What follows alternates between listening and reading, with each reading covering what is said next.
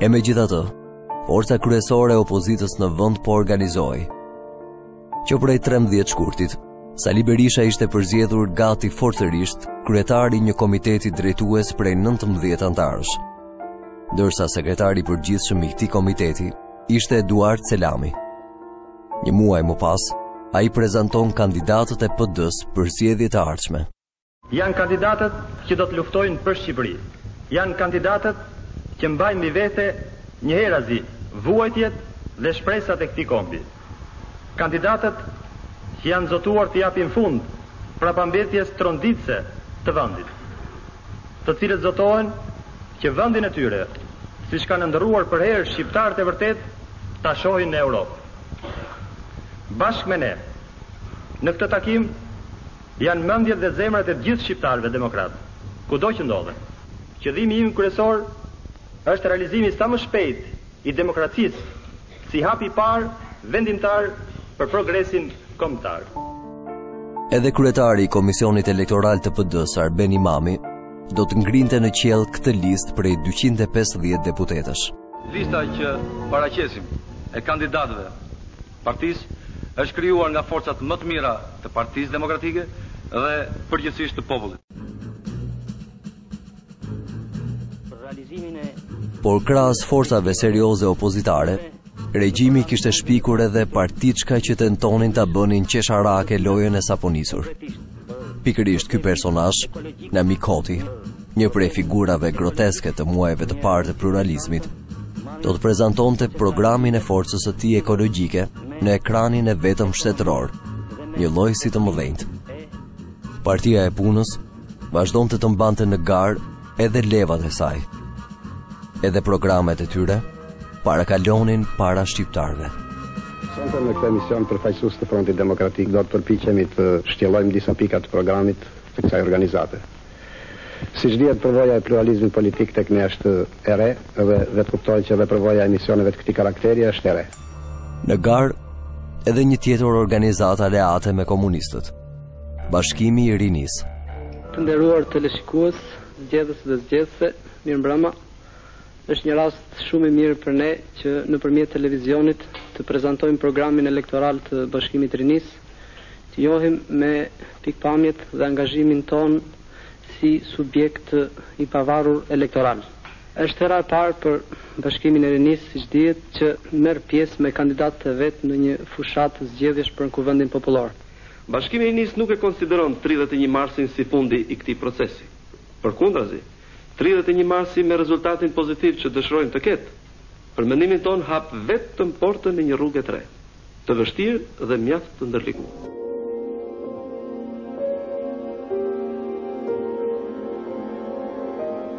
Por figura më kontroverse e këtyre zgjedhjeve ishte Fatos Nano. Kryeministër që prej 20 shkurtit, ditës kur Abusti e Enverit, po aq properëndimor dhe modern sa opozitarët më të thekur të PD-s, ai kishte zgjedhur një karrierë të shpejtë në kampin e kundërt. I katapultuar në shkallët e qeverisjes nga Ramiz Alia, duke kandiduar për deputet në zonën 213 në Tiranën e Re, ai që e vetmja shpresë për rinovimin dhe ndryshimin e një force që po zhdukej. Tashmë opinioni publik brenda vendit, por dhe jashtë, nëpërmjet bisedave, konferencave në televizion, në radio dhe në shtyp, është njohur me programet e partive të subjekteve të tjera. Në këtë kuadër hyn edhe biseda jone sonte. Në këtë rast, aq më shumë që në bisedë kemi shokun Fatos Nano, kryetari i qeverisë, ekspert tashmë i njohur në fushën e ekonomisë dhe të reformës ekonomike. Ku dallon alternativa e programit politik të Partisë Punës nga ajo e partive të tjera? Ku dallon kjo përtëritje nga transformimet që shtrohen në tryezën politike të ditës? Partia e Punës nuk likuidon asgjë me dhunë. Ne nuk likuidojmë asgjë fizikisht, por kërkojmë që të gjithë së bashku të gjejmë maturinë dhe gradualitetin e nevojshëm që gjithçka me vlerë nga historia, nga tradita, nga kultura, nga psikologjia, nga trashëgimia materiale që kemi krijuar, të integrohet në rrugë të reja, në të cilat duhet të ecim me sa më pak dhëmbje. Programi i Partisë Punës ka në themel pikërisht të skemë logjike, të transformimit të shoqërisë, të rinovimit tërësor të saj, por pa prekur vlerat bazë mbi të cilat jemi ullur. Por gara reale e këtij kryeministri disa javësh, që kishte deklaruar disa herë në fushat se babain nuk e ndëronte një lloj si xhaketën, ishte me një sfidant që atë e kishte ndërruar me lehtësi.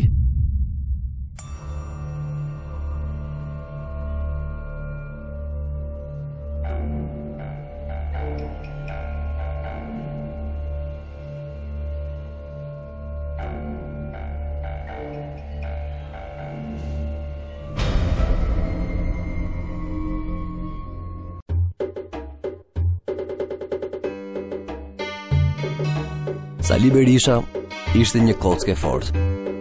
Pasi kishte shmangur njëri pas tjetrit nga kryesimi i PD-s Azem Hajdarin, pastaj pasi kishte shndërruar në nul një votim në favor të Aleksandr Meksit dhe kishte arritur të neutralizonte grupimin rival me në krye Gramos Pashkon, Berisha po shihej për ditë më shumë si lideri kryesor i PD-s. Kështu e ka parë edhe një trup televizive franceze që ka bërë në mars të 91-shit një portret të tij si lider oppositar. Depuis le mois de décembre dernier, Sali Berisha n'arrête pas de travailler, jour et nuit. De réunions en coups de téléphone, il n'arrête pas de courir, il n'arrête pas d'écrire. À 46 ans, ce cardiologue, connu en Albanie pour ses idées libérales, s'est peu à peu affirmé comme le véritable leader du Parti démocratique, le principal parti d'opposition. Avec un double avantage sur les autres prétendants, lui n'a jamais appartenu à la nomenclatura de l'ancien régime. Lui a des origines modestes. Mes parents étaient paysans. Ils n'étaient pas engagés dans la politique quotidienne. Ils étaient attachés, comme tous les autres Albanais, aux problèmes du pays, mais ils n'étaient pas actifs dans la politique. Mais votre premier engagement, c'était au Parti communiste? C'était au Parti communiste vraiment parce que dans ce temps-là, j'ai cru au communisme. Je me suis dit que c'est une théorie qui peut libérer les gens, mais quand est-ce que j'ai vu que le parti était vraiment un instrument de suppression des gens, je me suis senti très déçu. L'albanais, bien sûr, il le parle, mais aussi le français, l'italien et l'anglais. De quoi en faire l'interlocuteur privilégié des 250 journalistes étrangers enfin autorisés à venir ici pour les élections. Simbolikisht, Berisha do të zgjidhej të ishte deputeti i parë i qytetit të parë që ishte rebeluar në ditët e fundit të komunizmit. Mitingu i tij përmbyllës është ende i ruajtur në kronikat e kohës. Zonja dhe zotri, vëllezër dhe motra, lidhemi sot me gëzim të madh në qytetin tuaj, emri të cilit si kështjellë demokracisë në Shqipëri ka kaluar trajektoria dhe është bërë i njohur në mbar Europën e qytetruar.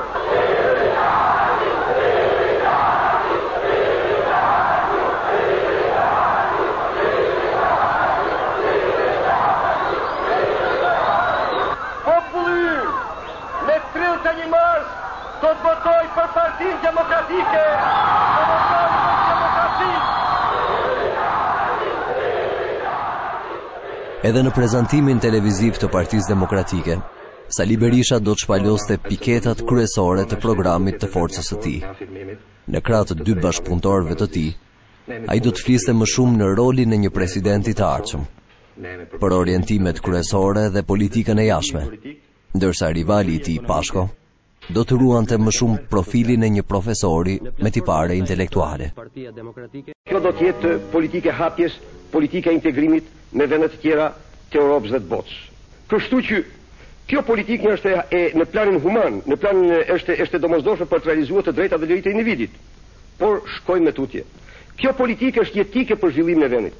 Siç e thatë, edhe dy shokët parafolës, dy zotërit parafolës, Shqipëria u mbështet në 3 parime që ishin revolucioni mund të bëhet vetëm me dhunë, lufta e klasave është forca motore e shoqërisë dhe shprona e centralizuar, prona e shtetit duhet jetë vetëm një formë e afirmimit të drejtave dhe të barazisë.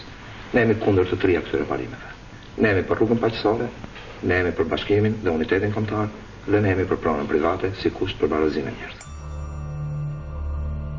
Kështu po hynte PD-ja në zgjedhjet e 31 marsit 1991. E gatshme që në pak muaj jetë të rivalizonte me një parti gjysmë shekullore. Sur la place principale de Durrës, à 40 km de Tirana, face à l'immeuble du comité du Parti du Travail, le Parti communiste albanais, sous les affiches du Parti démocratique et du Parti républicain, les deux seules formations qui aient eu et le temps et les moyens de faire vraiment campagne, on vient consulter les listes électorales par précaution pour voir si tout le monde est bien inscrit. Le soir, à Tirana, la capitale, c'est le dernier grand meeting autorisé de Sali Berisha, le leader du Parti démocratique. Une foule jeune, très jeune même, à l'image de cette population albanaise dont la moyenne d'âge est de 27 ans. Les mots liberté et démocratie suffiront à soulever des personnes qui ne craignent plus de manifester leur enthousiasme publiquement. Garant të këtyre zgjedhjeve do të bëheshin rreth 260 vëzhgues ndërkombëtar, që po vinin njëri pas tjetrit të vëzhgonin zgjedhjet e para pluraliste në Shqipëri. Delegacione nga SBA, Këshilli i Evropës e plot organizata të tjera. Kjo ishte një shenjë pozitive për regjimin e Tiranës, i cili në javët e fundit kisha arritur të merrte pak oksigjen në arenën ndërkombëtare.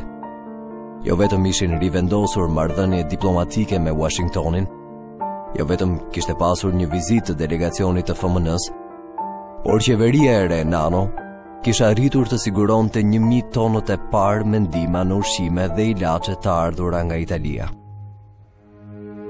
Kjo dhuratë e madhe do të bëhej vite më pas edhe fatkesia e Nanos, të cilit me sa duket Berisha nuk ja fali kur këtë goditje para zgjedhjeve, që i dhuroi ish kryeministri italian i kohës Bettino Craxi. Nano do t'i paguante me burga ato ushqime dhe ilaçe, por në mars 91 ato ishin vërtet një shpëtim. Me shpresën e një ndihme dhe besimi nga jashtë, Ramiz Alia po mundohej ta ruante anijen e stërmadhe nga mbytyja. Këtu ai është në takimin e tij të fundit me zgjedhësit 2 ditë përpara 31 marsit. Dashur shok dhe shoqe, motra dhe vëllezër, kam ardhur të takohem e të bisedoj me ju, jo vetëm si kandidati me zgjedhësit, por si miq e shok, si që flasin e diskutojnë ata që duan sinqerisht të ndihmojnë njëri tjetrin për dobinë e përgjithshme të shoqërisë.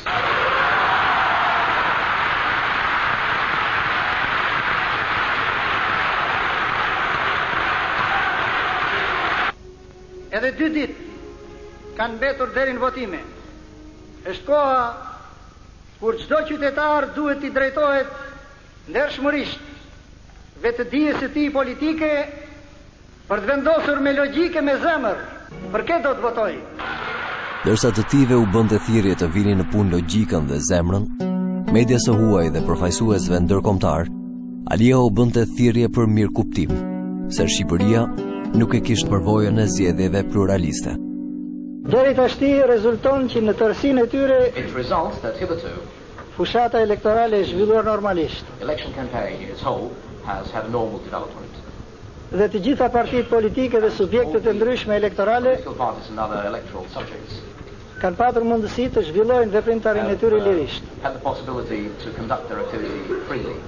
Në qoftë se ka patur ndonjë rast të veçantë, të mos harrojmë që është e para herë që bëhen zgjedhje të karakterin në Shqipëri.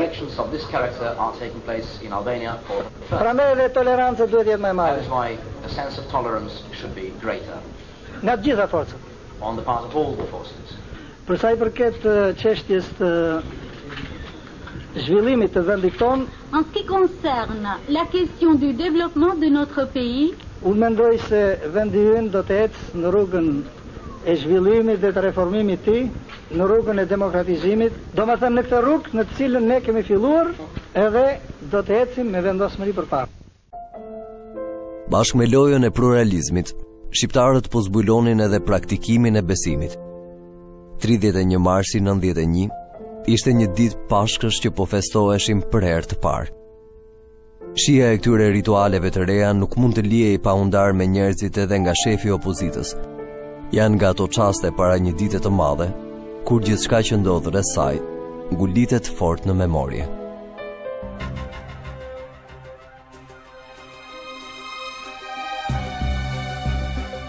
Kështu kishte ndodhur edhe një ditë para zgjedhjeve me një ngjarje të veçantë, që kishte përfshirë ekipin kombëtar të futbollit. Ndërsa Shqipëria kishte hyrë në ditën e heshtjes elektorale, futbollistët e saj do të luanin kundër Francës. Ngjarja do të shkaktonte një skandal. 3 lojtarë do të arratiseshin në Gjenevë përpara ndeshjes. Të tjerë do të arrinin në Paris me 12 orë vonesë dhe me nga $6 në xhep, siç përshkruante shtypi francez. Por megjithse në stadiumin Parc des Princes, lojtarët shqiptar mundoheshin të kryenin gjeste prejyesh ndërkombëtar, gjendja e tyre e mjerueshme ndihej qartë. Trajneri Bejkush Birçe mezi kishte arritur të nxirrte 11 lojtarë në fushë. Edhe ata që do të luanin kishin vendosur të mos ktheheshin në vend pas ndeshjes. Kjo do të dukej edhe në fushë. 2 gola të parë me goditje dënimi nga larg.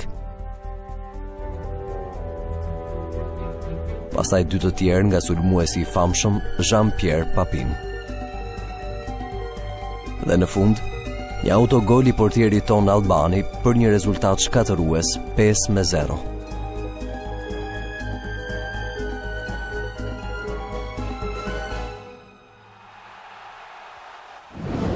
« 22h30 dans le vestiaire de l'équipe d'Albanie. Fin d'une journée particulière. Ermal Tahiri, le numéro 10 albanais, n'a pas échangé son maillot national, qu'il paye comme tous ses coéquipiers. Joseph non plus n'a pas échangé son maillot, mais Jean-Pierre Papin lui a offert le sien. Joseph est fier, même après une défaite par 5-0 que l'Albanie, pour une fois, n'a pas télévisée. Mais pour eux, le plus dur commence. Penser à rentrer à Tirana, où presque personne ne veut retourner.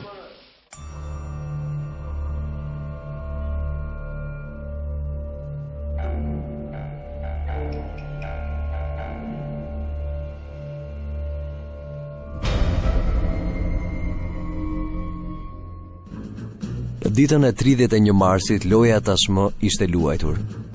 Opozita me gjithë shtyrjen e zgjedhjeve kishte pasur pa kohë për të rivalizuar me një parti shtet të mirë organizuar. Ajo nuk kishte arritur të depërtonte në fshat siç duhet. Madje e kishte trembur pjesën rurale në disa raste kur kishte folur për privatizimin e tokës. Thënjet se një çek i bardhë dhe priste vendin pas fitores së saj kishin ngjallur jo pak hilaritet. Për shumë kënd, gara dukej sikur ishte luajtur para se të fillonte. Sûr de lui, Sali Berisha, le challenger, il ne veut même pas envisager une défaite du Parti démocratique. Confiant seulement Ramiz Alia, le président de la République et premier secrétaire de l'ex-parti unique, le Parti du Travail. De toute façon, il l'a dit et répété, il respectera le verdict des urnes. Les 2 hommes ont voté très tôt ce matin, comme l'ensemble de la population. Une habitude qui date du temps d'Enver Hoxha, quand le maître vieillissant de l'Albanie voulait obtenir à chaque consultation électorale un plébiscite immédiat. Résultat, aujourd'hui encore, à midi, 90% des inscrits s'étaient déjà rendus aux urnes. Une sorte de cérémonial dans les agglomérations où les électeurs endimanchés sont allés au bureau de vote en famille, attitude beaucoup plus décontractée dans les campagnes où l'on découvrait parfois avec appréhension les joies du multipartisme. La fin de l'après-midi devant le siège du Parti démocratique à Tirana, c'est l'effervescence. La plupart des Albanais ont voté très tôt ce matin. Le scrutin s'est déroulé dans le plus grand calme, mais de nombreuses irrégularités auraient été commises, même si l'on ne parle d'aucun incident sérieux. Toutefois, des militaires ont voté plusieurs fois et des présidents de bureaux de vote ont imposé sans vergogne aux électeurs la lecture des discours de Ramiz Alia. Sali Berisha, le leader du Parti démocratique, reste inquiet sur le dépouillement. Dans toutes les zones où les irrégularités seront bien identifiées, nous demandons l'annulation des élections. On a volé dans l'imprimerie 30 000 bulletins de vote, ce qui veut dire que ces bulletins de vote peuvent être utilisés de façon malhonnête. 30 000 bulletins de vote, ça veut dire 3 députés si on les utilise comme ça.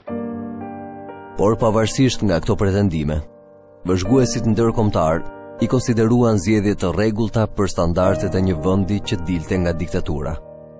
Pavarësisht pabarazisë në mjete, votimi dhe numërimi u zhvilluan përgjithsisht në mënyrë korrekte. Po lexojmë njoftimin që dominatoi Komisioni Qendror për turin e parë të zgjedhjeve të zhvilluara në 31 mars të vitit 1991 për deputetët e Kuvendit Popullor. Njoftim për rezultatet e zgjedhjeve të 31 marsit 1991 për deputetët e Kuvendit Popullor. Rezultati sipas subjekteve elektorale është: Partia e Punës nga 243 zona zgjedhjeje ka fituar në 162 zona, Baras me 64.8% kundrejt zonave të përgjithshme, domethënë kundrejt 250 zona. Në 21 zona, kandidatët e Partisë Punës kanë qenë përbashkët me Frontin Demokratik, Bashkimin e Rinisë, Bashkimet Profesionale ose Bashkimin e Grave. Partia Demokratike nga 250 zona zgjedhje ka fituar në 65 zona, Baras me 26%. Organizata Omonia nga 5 zona zgjedhje ka fituar në 3 zona.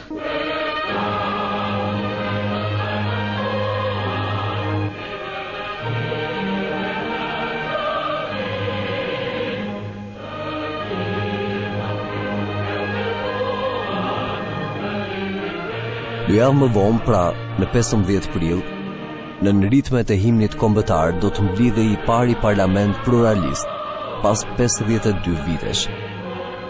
Ku vërtet Partia e Punës kishte një majorancë të ndjeshme, po ku për herë të parë 30% të vendeve i takonin opozitës. Por megjithatë, sikur ndarja me të shkuarën ende të mos qe konsumuar, edhe këtë parlament të parë pluralist do të hapte kryeministri i fundit i Enver Hoxhës, Adil Çarçani.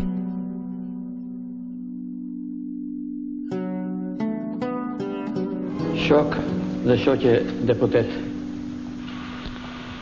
i ngarkuar nga deputetët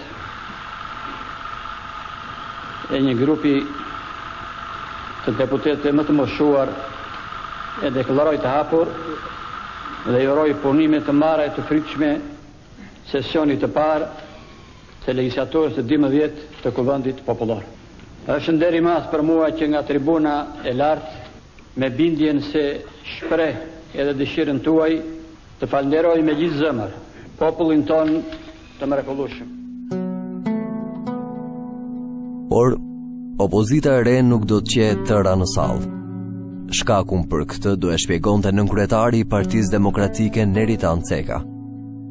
Kjo lidhet me atë që shumë kush e ka konsideruar si krimi i fundit i komunizmit në Shqipëri. Grupi parlamentar i Partisë Demokratike, duke shprehur vullnetin e zgjedhjeve të tij që përbëjnë 40% të elektoratit shqiptar, qëndron në mendimin për nevojën e shtyrjes së mbledhjes së Kuvendit Popullor deri në përcaktimin e fajtorëve për vrasjen e 4 personave dhe plagosjen e 50 të tjerëve në qytetin e Shkodrës. Ashtu si gjithë populli shqiptar, ky grup e priste hapjen e punimeve të Kuvendit Pluralist si ngjarjen më të madhe për vendosjen e demokracisë në vendin tonë. Masakra e Shkodrës, e realizuar nga forcat e errta në pushtet, jo vetëm goditi rënd popullatën paqësore të këtij qyteti, por krijoi edhe një atmosferë pa sigurie dhe tensioni, në të cilën nuk mund të zhvillohen më tej veprimtaritë demokratike. Për këtë arsye, qetjen dhe dënimin e shkaktarëve të vrasjeve politike të Shkodrës, ne quajmë garancinë më elementare për zhvillimin normal të punës së parlamentit pluralist dhe për ndërprerjen e terrorit politik.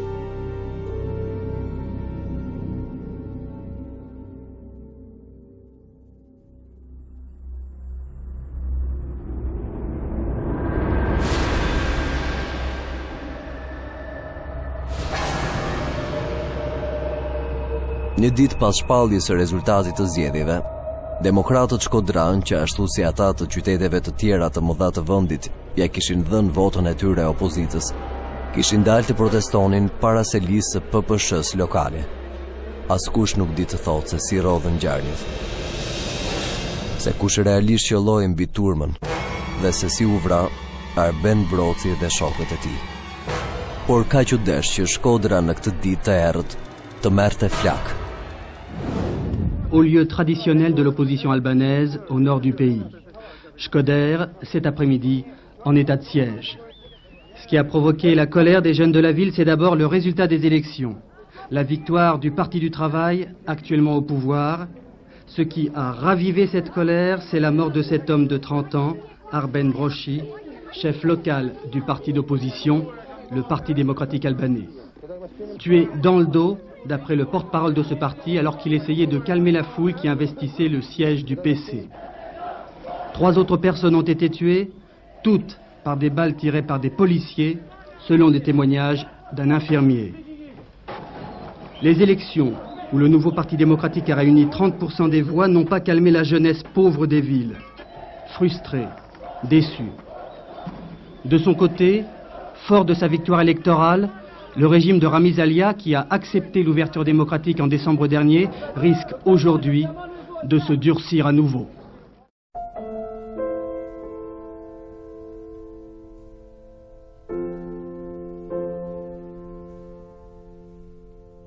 Kështu sipas një zakoni të lashtë, edhe ngrehina e parë pluraliste në vend u ngrit mbi kurbanet e saj. Por ndryshe nga parashikimet, regjimi i Alis nuk pati më forcë të egërsoj. Parlamenti i parë pluralist do të zjaste më pak se një vit. Shumë shpejt, ai do të bëhej krijuesi të parës qeveri koalicioni mes ish komunistëve dhe opozitës. Ai do të bëhej djepi i parë i pluralizmit në vend, duke shënuar kështu 31 marsin si ditën reale të ndryshimit politik në vend.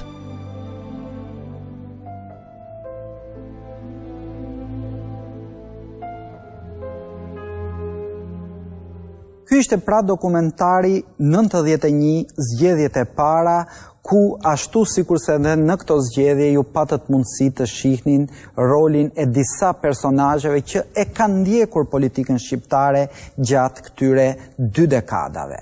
Unë doja t'ju rikujtoja se të njëjtin dokumentar ju do keni mundësi të rishikoni të ritransmetuar ditën e shtunë ora 18:00, ndërsa ne bashkë si gjithmonë do takohemi të hënën e ardhshme në ora 22. Natën e mirë.